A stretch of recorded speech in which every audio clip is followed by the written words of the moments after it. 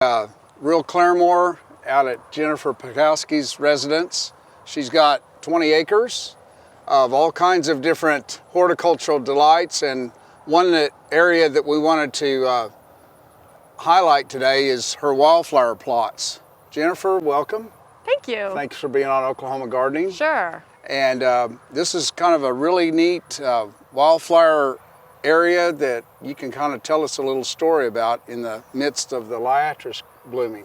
Yeah, and this isn't my wildflower plot. This is nature's wildflower. I had nothing to do with this. Really? The only thing that I did was recognize what was coming up and let it go. Cool. So we mowed just a slim little path down the middle, and then one, of course, down the fence line to maintain fence lines. You know what that's like. Mm-hmm. And then just let them come up. Every fall, I'll strip the heads and scatter some more.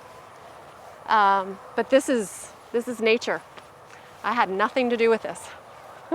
Well, that's really interesting, because I think most people do have that idea that for wildflowers to arise, you have to, plant some out there, but No. now you're living proof in a way that, if you just let the grasses and the nature grow, that a lot of wildflowers will come along with it. Leave it alone and they will come. Right. Yeah.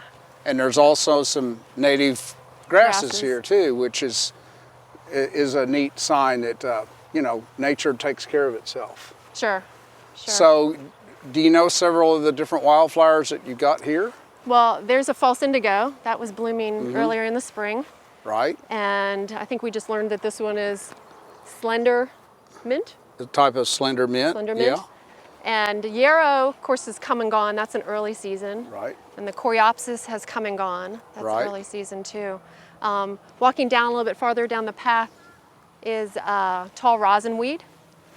And we have bee balm, a lot of bee balm. It likes the partial shade out here. Right. Rattlesnake master, I think we yep. named that. And a lot of thistle.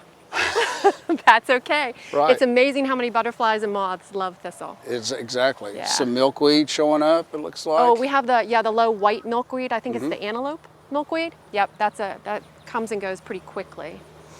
But everything has its season. So once the liatris dies down, we've got some of the sunflowers. We have the hairy sunflower. We have the Baldwin, I think is ironweed. Right, Baldwinia. Cool. Yeah.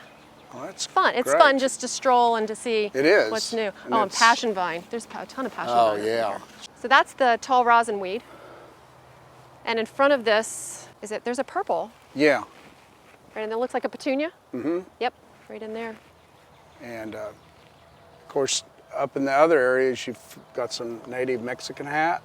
Yes, we have native Mexican hat, and in the shade areas, we have inland sea oats.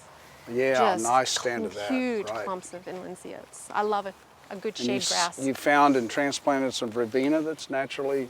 Oh, the pink verbena. Occur? Yeah, Right. that's so pretty. Yeah, it smells really good. And it blooms all summer. I didn't realize it would do that. And this got the bee balm in here. It's just finishing, and then a lot of bee balm down farther too.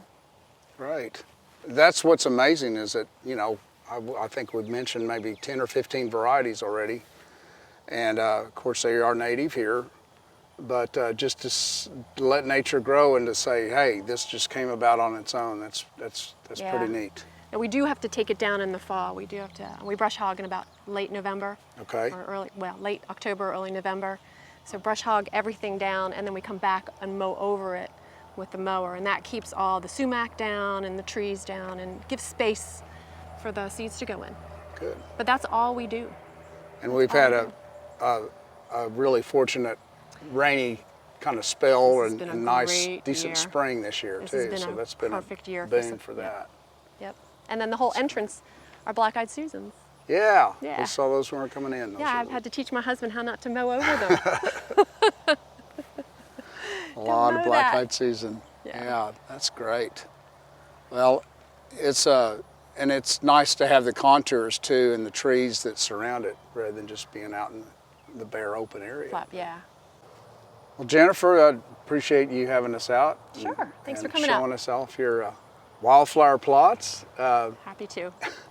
it's just amazing to see what nature can do when left to its own devices. When you don't spend all day mowing, right? Yeah, exactly. Let it There's go. a 2 or 3-fold benefit, you know. Gets more butterflies and moths and skippers out. Bees, yep. A lot Right. of native bees out here too. Great. Well, we really appreciate it. Sure. Thanks for coming. All right. We hope you enjoyed this video. It's part of our Oklahoma Gardening YouTube channel. You can also find even more videos on our OK Gardening Classics YouTube channel. And join us on social media for great gardening tips, photos, and discussion.